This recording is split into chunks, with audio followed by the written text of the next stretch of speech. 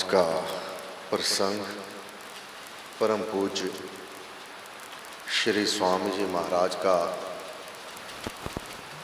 वह कथन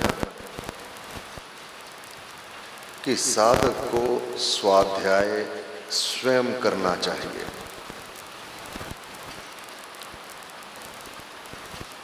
ज्ञान को श्रवण करना ये अच्छा है, श्रवण भी करना चाहिए, क्योंकि जो सुना जाता है उससे ज्ञान बढ़ता है और अधिक जानने की भीतर जिज्ञासा होती है। अगर वही ज्ञान जो सुन लिया एक बार उसका अध्ययन स्वयं कर लिया जाए, तब साधक उसकी गहराइयों के भीतर वह विचरता है। इस मार्ग में जो श्रवण किया जाता है वह दृष्टांत रूप होता है। इसकी तह तक जाने के लिए जो भी साधक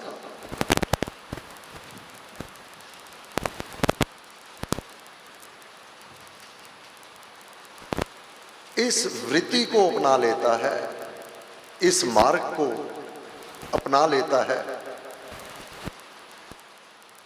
और अधिक जानने की जिज्ञासा जिसमें होती है, वह अपने लक्ष्य को बहुत शीघ्रतर प्राप्त कर लिया करता है।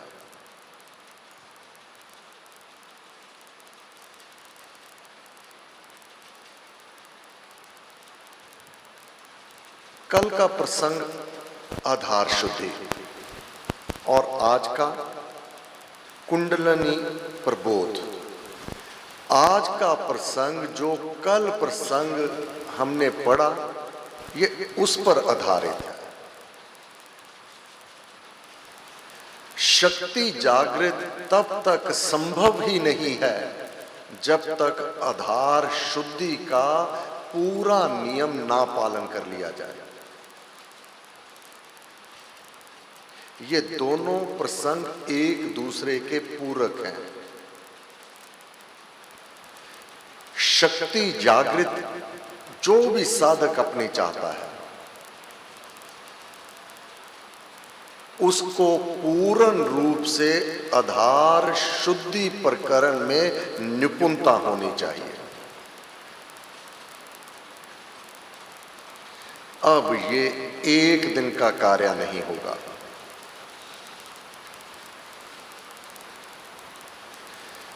और अकेले साधना का भी ये मार्ग नहीं है,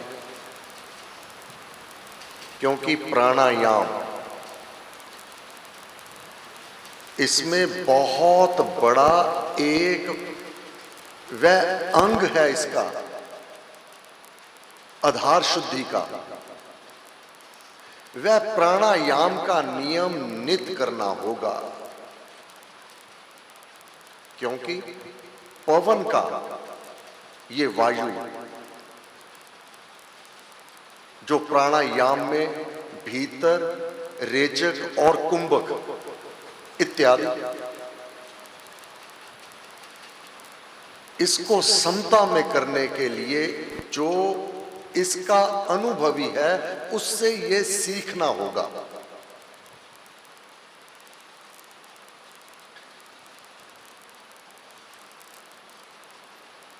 फिर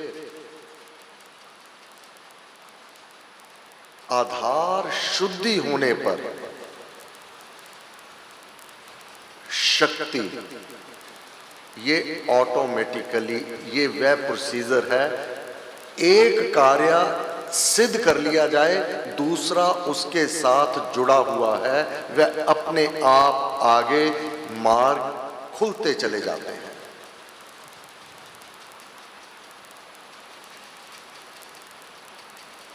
जो इसका अध्ययन स्वयं करेगा उसके भीतर जिज्ञासा होगी।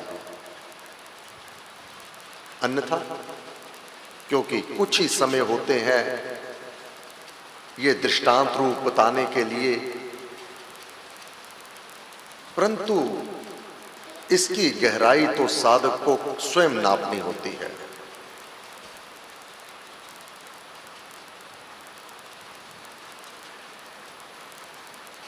प्रकरण में महाराज ने वर्णन किया है, वृत्ति में जब शुद्ध हो सुधरे तन आधार। अपनी वृत्तियां जब शुद्ध होंगी, हमारी आत्मा का आधार है हमारा शरीर। अब शरीर और आत्मा ये भी एक दूसरे के पूरक हैं। आत्मा अपना कार्य तभी कर पाती है अगर वह उसको शरीर प्राप्त है, और शरीर तभी तक कर्म कलाप कर सकता है जब तक इसके भीतर आत्मा विराजमान है। आत्मा निकल गया, यह शिव स्वरूप शरीर शव कहलाता है, और आत्मा शरीर में रहकर ही करण द्वारा कर्म कर सकता है। ये भी पूरक है एक दूसरे के। अब आत्मा का आधार है ये शरीर, ये उस पर निर्भर करता है। अब शरीर शुद्ध नहीं है तो आत्मा का जो लक्ष्य है उसकी प्राप्ति भी वह सुगम ना होगी। ये साधना से संबंधित प्रसंग है जो वास्तव में इस जीवन में उस परमात्मा से मिलना चाहते हैं, अपनी शक्ति जागरण करना चाहते हैं। जैवी शक्ति जो जीव की शक्ति है, ये शक्तियां भरपूर हैं। ये सारे ब्रह्मांड जो बाहर है वही एक मानव के भीतर भी है। वह शक्तियों का स्वामी है एक मानव, परंतु वह सोई हुई है, अनभिज्ञ है मानव अपनी ही शक्तियों से, कि वह किस प्रकार शक्तियों का भंडार है। अज्ञानता के कारण वह दुख, कष्ट, क्लेश इनमें ही विचर रहा है, क्योंकि अपनी शक्ति को जागरण नहीं किया उसने। गुरु महाराज ने कहा, वह परमात्मा हे मानव तेरे भीतर है, वह शक्तियों का स्वामी तेरे भीतर है, फिर भी तू दुख में है, कष्ट में है, क्लेश में है, जबकि सुखों का दाता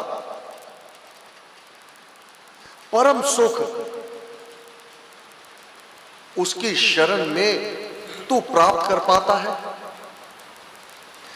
पहले तो मानव अपनी आधार शुद्धि में, अपने इस शरीर की शुद्धि में जो विकार है उसको तू बाहर कर।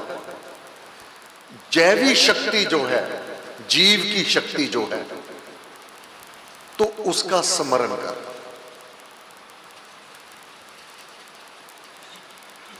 जब तू जानने का प्रयत्न करेगा और जानने का, अधिक जानने की जिज्ञासा तेरे भीतर होगी। जब तक तू अनभिज्ञ है, तुझे ज्ञान ही नहीं है कि तू किस शक्तियों का स्वामी है, तब तक दुख, कष्ट, क्लेश ये तेरे जीवन के अंग बने रहेंगे। जब जानने का प्रयत्न करेगा और उस ओर अपने आप को, अपने कर्म कलाप को अब उसी ढंग से नित्यचर्या में सम्मिलित कर लेगा, तो यही बहुत सुगम है। गुरु महाराज ने स्वयं कहा है, करे भावना भाव से है हरि बहुत समीप। तू अपनी भावना तो बना उसको जानने के लिए। वह हरि जो रोगों को हरता है, विषाद को हरता है, दुख कष्ट को हरने वाला हरि, वह तेरे बहुत समीप है। बस जैसे सिंह शेर सो रहा हो तो चूहे भी अगर उसके ऊपर आके कूदने लगे तो ये कोई बहुत बड़ी बात नहीं। इसी प्रकार तूने अपनी शक्तियों को सुला रखा है। अब विषय वासनाएं वह तेरे ऊपर अपना अधिकार जमाए हुए हैं। वह रोग सोग दुख कष्ट क्लेश देने वाले हैं और तूने उनका संग किया हुआ है, तू उनमें रमा हुआ है। अब जो भीतर घर कर चुका है उसने अपना निवास स्थान बना लिया तेरे अंदर। अब राम नाम की चोट जब उनके ऊपर पड़ती है तो वह उसका विरोध करते हैं। जैसे कोई किराएदार किसी का मकान खाली नहीं करना चाहता, मालिक मकान चाहता है कि अब मैं स्वयं इसमें निवास करूं, परंतु किराएदार विरोध करता है, मैं इतनी देर से हूं, तब तो बहुत आराम से मैं रहा, अब मैं खाली नहीं करूंगा। बस यही हालत उन विकारों की है। वह बाहर नहीं निकलना चाहते। राम नाम जपोगे, पुण्य कर्म करोगे, मन नहीं लगने देंगे, विरोध करेंगे, रुकावट डालेंगे। और उनके अनुसार कोई कार्य करोगे तो वह सहर्ष तुम्हारे को मन भी उधर उस तरफ लगाएगा, तुम्हारे को बहुत आनंद आएगा। क्योंकि जो विचार जो भाव भीतर भर रखे हैं उनकी वृद्धि हो रही है, उनको बल मिल रहा है, वो तुम्हारा साथ देंगे। हे साधक, ये अज्ञान से तू बाहर आ जा। जो बहुत समीप हरि तेरे भीतर निवास कर रहा है, तू उसके लिए, उसको जानने के लिए, उसकी शक्तियों को, क्योंकि ये आत्मा हमारे ही तो भीतर है।